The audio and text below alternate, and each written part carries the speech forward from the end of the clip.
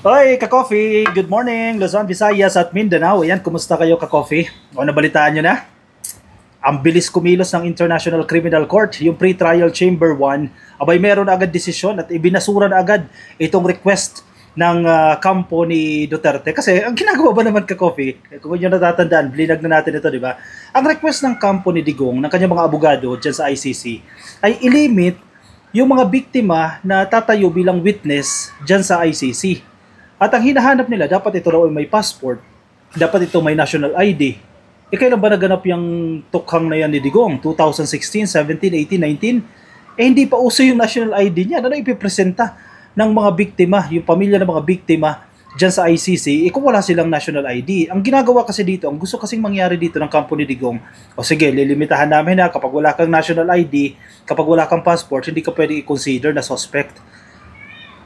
Hindi siguro alam nila Kaufman, ng abogado nila Digong, na iba ang sistema dito sa Pilipinas. Hindi lahat may national ID. In fact, hindi naman compulsory yan eh. Hindi naman required na meron kang national ID as compared to other countries na pagkapanganak mo, magkakaroon ka na ng national ID. At ang pinupunto din ka-coffee dito ng mga prosecutors, yung na tumutulong dito sa mga biktima, pribilehiyo ang pagkakaroon ng passport.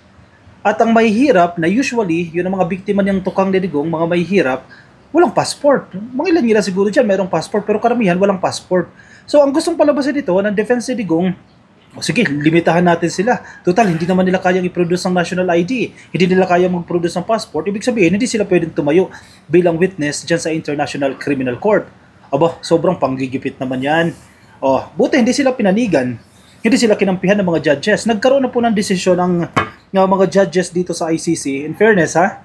Ang masaklap ngayon, dahil hindi favorable sa mga Duterte itong desisyon ng ICC, ang sisi nito sa presidente. Ang sisi nito kay PBBM. Palalabasin na naman nila dyan. Ako, mukhang na-impluwensyahan ni PBBM ang desisyon ng mga ICC judges. Aba, paano yan? Ganon ba kalakas si Marcos para impluwensyahan ang mga judges dyan sa International Criminal Court? Naku po, naghahanap na lang kayo ng masisisi dyan. Anyway, kung hindi nyo pa nababasa ka-coffee, ito, headline na to sa mga pahayagan, kaliwat kanan na po yan, nababasa natin ito sa mga newspapers, no? ICC judges reject. Wow. Iyak na naman kayo dyan. Mga DDS, iyak na naman kayo dyan, ha? ICC judges reject defense proposal to limit identity documents for victims. Kasi naman grabe naman kayo manggipit. Talagang gagawa kayo ng paraan para hindi makapag-presenta yung mga witness, yung mga biktima dyan sa ICC sa pamamagitan ng panggigipit na ito. Ay hindi kayo pinanigan ng ICC. The ICC Pre-Trial Chamber 1 allowed victims who wish to participate in the proceedings to submit any of the 30 identification documents identified by the registry. O yan, kahit pa no, meron na silang 30 na option. Nauna kasi, ilan lang ang optional dyan? 2 hanggang 5 siguro yung option. Yung kumbaga yung mga valid ID, ito lang yung allowed. Siguro kasama dyan yung mga UMID, kinukonsider nila na valid. Pero again nga, dito sa Pilipinas, pribilehiyo yan. In fact, kung mag-a-apply ka nga ng valid ID dito sa Pilipinas, hihingihan ka pa ng isang valid ID. Paano kung makakakuha ng valid ID? So ang gusto talaga, gipitin talaga itong mga biktima ng tukhang ni Digong. Hindi kayo nagtagumpay dyan. Ang kasamaan talaga, hindi talaga papanigan yan. Napahiya sila ngayon.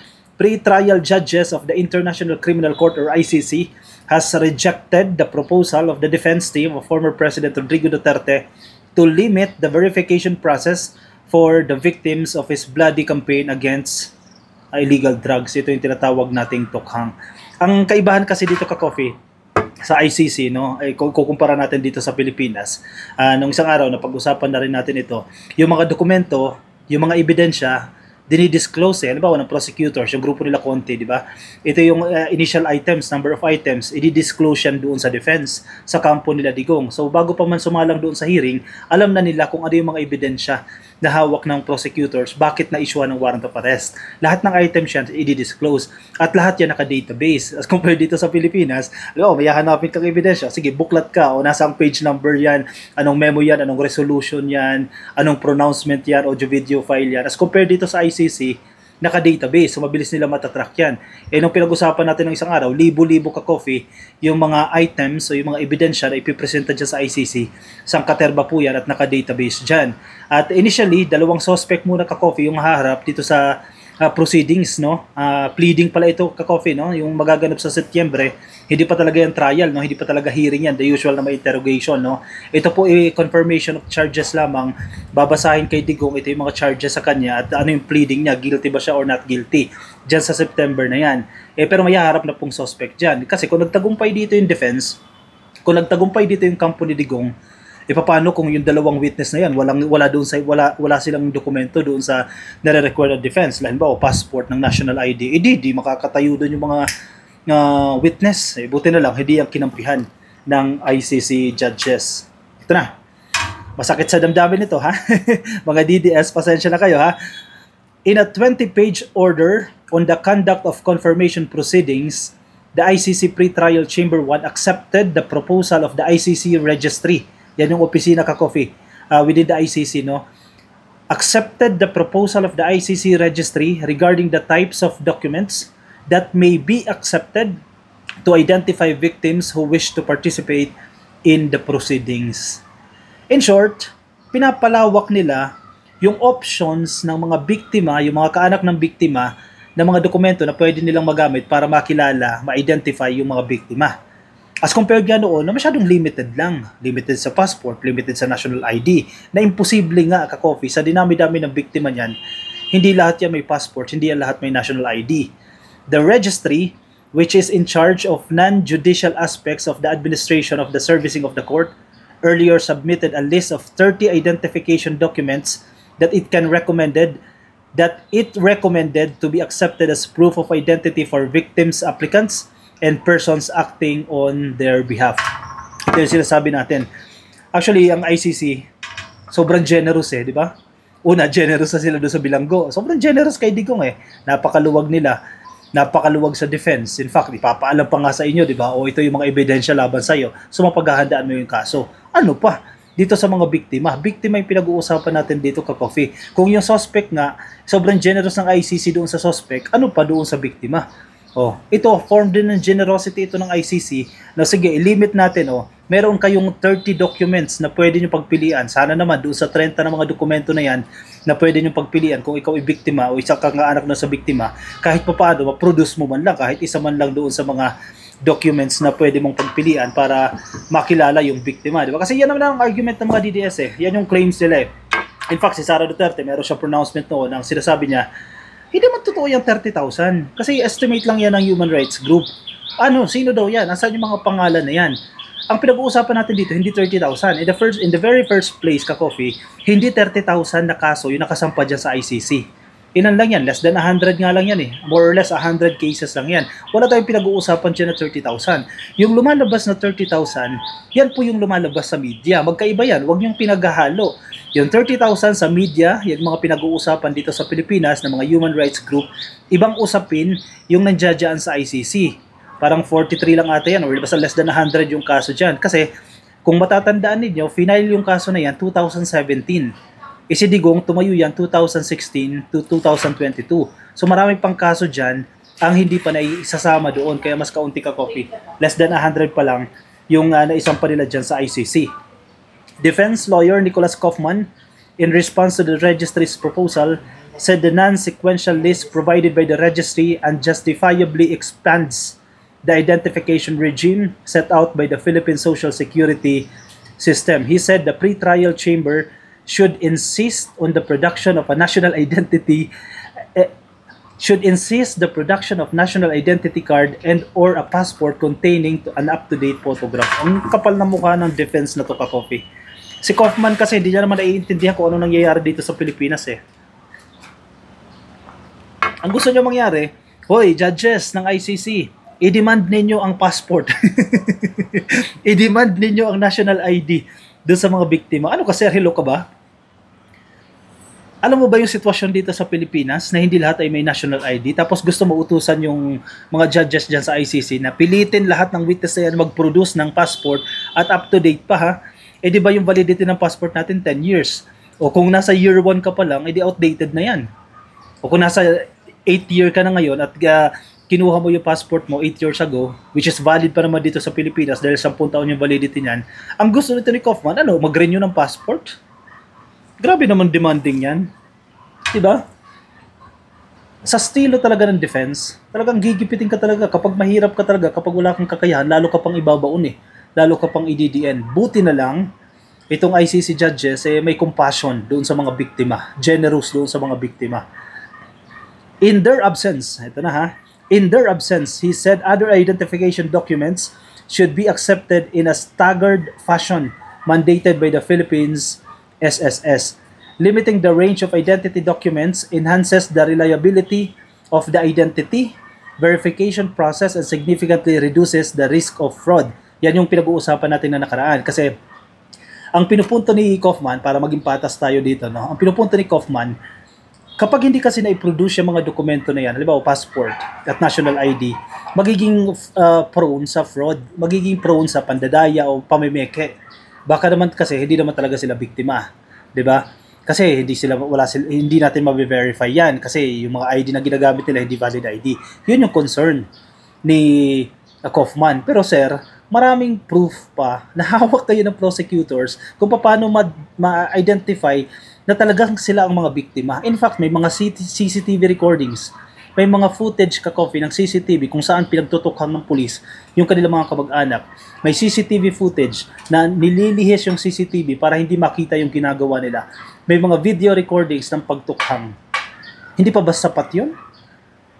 Na identification na, yan, andyan yung asawa ng tinukhang, andyan yung anak ng tinukhang, andyan yung nanay ng tinukhang. Hindi pa ba sapat yan? Para ma-identify yung identity ng mga biktima? Naku po, dumidiskarte itong si Kaufman, hindi nakalusot. Lawyers representing the victims called out Kaufman's position as out of touch and harsh. Uy, sa pool. Nireal to katali ng mga abogado ng biktima dito. And the ruling, the pre-trial chamber judges said the registry was able to provide sufficient information regarding each document that it proposes to accept as proof of identity for the victims. Masakit, no? Masakit sa damdamin, no? No, unang laban pa lang ito, ha? Bagsak na agad. May round 2 pa, round 3, round 4, round 5. Tignan natin kung paano lulusutan ni Kaufman yan. Kasi si Kaufman, very confident eh. May mga interviews si Kaufman, sinasabi niya, may papanalo talaga namin itong kaso. In fact, baka hindi na nga raw umabot sa trial sa September, hindi na abot sa September, mapapalabas na raw si Digong. Sige, good luck. This information, together with the procedure for admission of victims to participate in the proceedings adopted above, already ensures the reliability of the identity verification process and significantly reduces the risk of fraud. Oh, yun naman pala eh. Kaya naman palang ma-reduce yung risk ng fraud eh. At kaya naman palang ma-check kung reliable ba itong mga dokumento na ipapasa ng mga biktima nang hindi lang passport ha, at hindi lang valid ID, yung national ID yung hinihingi. Aside from a passport and the national ID card, other accepted documents are, ito na, ka-coffee, para sa mga biktima, ito yung sinasabi natin kanina, na meron pong 30 types ng documents na pwede pong gamitin ng mga biktima at kaanak ng biktima para ma-identify yung identity, pagkakakilanlan nila. O ano yung pwedeng gamitin yan? SSS card, for sure. Yung iba, meron yan. GSIS ID card, GSIS Unified Multi-Purpose ID, driver's license, Professional Regulatory Commission ID card. Yung mga ID na yan, mga valid yan eh. Government issued din naman yan eh. Kaya nakakatawa lang na itong kampo nila Kaufman, maglilimit kayo dun sa national ID at sa passport, marami namang ID na government issued. Talaga nga naman kayo na paghahalataan kayo dyan. PRC, yung Professional Regulatory Commission ID card, Overseas Workers Welfare Administration ID or E-card, Department of Labor and Employment card, voter certification with dry seal, firearms license, senior citizen ID card. Nako, maraming biktimang senior citizen. Persons with disabilities ID card. Yan, pwede rin nilang i-presenta yan. Also to be accepted are National Bureau of Investigation clearance. So, totoo, ginagawa din naman dito sa Pilipinas yan. Alien Certificate of Registration ID card. PhilHealth ID card. Malamang sa malamang. Marami tayong kababayan, may PhilHealth na. Ito pa po yung mga accepted na documents, no? In lieu of the national ID o yung passport, no? Airman's license, Pag-ibig loyalty card. Ito, simple lang ito. Pag-ibig loyalty card, Integrated Bar of the Philippines ID card para sa mga abogado, Pantawid Pamilyang Pilipino Program ID card, for peace. Totoo naman, malaking bagay ito na nandito yung for peace kasi karamihan po, actually, mostly, ng mga tinukhang ay mahihirap. karamihan po miyembro ng 4Ps. Yung mga na-interview natin ka-coffee ng mga biktima, di ba, na video din natin nakaraan yan, naimbitahan tayo, na-interview natin mismo yung mga tinukhang, yung pamilya ng mga tinukhang ni Digong, majority of them ay miyembro ng 4Ps. So, malamang sa malamang, may mga idea na magagamit nila yan. Ano pa po ang pwede nilang gamitin? School ID. O may mga estudyante rin, sila Kian de los Santos, ilang taon niya mga yan, mga estudyante, 17 years old, meron 13 years old. O, tinukhang nila. School ID or Certificate of Enrollment registration with the photo and the institution's die seal. Taxpayer Identification Number Card, yung TIN number. Postal ID, Barangay Certification, Seaman's Book, Police Clearance, Cedula. O mabilis na kumuha sa barangay niyan. O yung tinatawag natin Community Tax Certificate, Marriage Certificate, Birth Certificate, Solo Parents ID Card, and Baptismal Certificate. O, napakarami na yan ka-coffee. 30 na yan na option ha. Pagpipilian yan. In the absence of such identity documents, victims may also submit a declaration signed by 2 witnesses along with the witnesses' identity documents. So, di ba? Sobrang generous ng ICC dyan. So, sa dinami-dami niyang pagpipilian, 30 na yung pagpipilian. Kung hindi mo talaga kaya yan, o declaration lang, pero hahanap ka ng witness na may valid ID. Yan ang sinasabi ng ICC dyan. The Chamber, agreeing with the defense's suggestion, considers that should applicants rely on such signed and witness declarations or any documents other than those accepted above, the Chamber will decide whether to accept such document on an ad hoc basis upon receipt of the registry's assessment and recommendation. Alinsunod po doon sa ruling.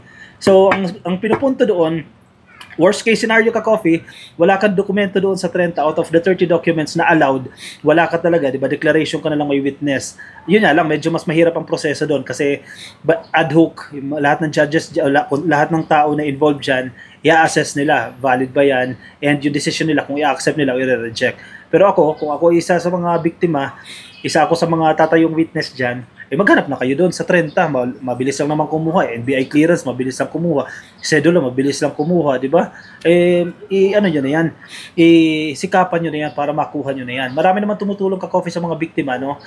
Siyempre, karamihan dyan, may hirap, wala naman pamasahe yan, ipapunta dyan sa dahig. May mga tumutulong sa kanila dyan para i-secure yung safety ng mga pamilya ng mga biktima. Siyempre, kung pupunta sila dyan sa dahig, tatayo silang witness, definitely, transportation, accommodation, protection nila dyan, i-cover naman po yan. Kaya malaking pasasalamat din natin sa grupo, sa civic organizations na tumutulong po dito sa mga biktima ng tukhang ni Digong. Kasi wala kung walang tutulong, definitely, ikaw ba, tricycle driver ka, pedicab driver ka, ba tinukhang yung asawa mo?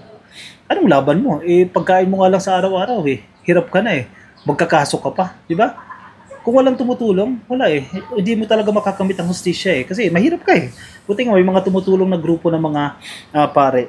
O siya, masakit na sa mga damdamin ng mga DDS pasensya na kayo at hindi kayo pinanigan ng ICC. 1-0 na 1-0 para sa mga biktima, 1-0 muna ang kampo ni Digong. O siya, sige, ako ipansamantala muna magpapaalam sa inyo ka-coffee. Baka nasa Facebook po kayo at hindi pa po kayo naka-follow sa ating Facebook page, click nyo lang po yung follow. Mga nasa YouTube, click lang po na subscribe. At yung mga nasa TikTok, subscribe na rin po kayo. Libre po yan, wala po yang bayad. O siya, maraming salamat po sa mga sumama. Kita-kita tayo ka-coffee sa susunod kong videos. Bye-bye!